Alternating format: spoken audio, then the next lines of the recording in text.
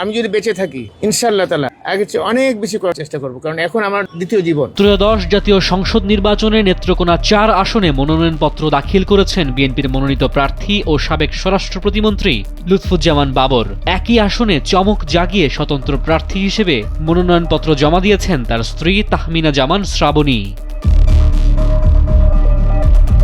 একই সংসদীয় আসনে স্বামী স্ত্রীর পৃথক মনোনয়ন দাখিল নিয়ে স্থানীয় রাজনৈতিক অঙ্গনে আলোচনার সৃষ্টি হয়েছে। বিষয়টি নির্বাচনী রাজনীতিতে ভিন্ন মাত্রা যোগ করেছে বলে মনে করছেন রাজনৈতিক বিশ্লেষকরা। প্রার্থিতা যাচাই বাছাইয়ে কোনোভাবে বাদ পড়ে গেলেও আসনটি যেন হাত ছাড়া না হয়, সেজন্য নিরাপদ বিকল্প হিসেবে লুৎফুজ্জামান বাবরের স্ত্রী মনোনয়নপত্র দাখিল করেছেন বলে জানা গেছে। 29 ডিসেম্বর বিকেল 4টায় নেত্রকোনা জেলা প্রশাসকের কার্যালয়ে রিটার্নিং কর্মকর্তার কাছে নিজের মনোনয়নপত্র দাখিল করেন লুৎফুজ্জামান বাবর। এর প্রায় 30 মিনিট পর বিকেল 4:30টার দিকে তাহমিনা জামান শ্রাবণীর পক্ষে তার ব্যক্তিগত সহকারী মির্জা হায়দার আলী মনোনয়নপত্র জমা দেন। যাচাই বাছাই শেষে বৈধ প্রার্থীদের চূড়ান্ত তালিকা প্রকাশ করা হবে বলে জানিয়েছে রিটার্নিং কর্মকর্তা। ডেস্ক রিপোর্ট, সময়ের আলো।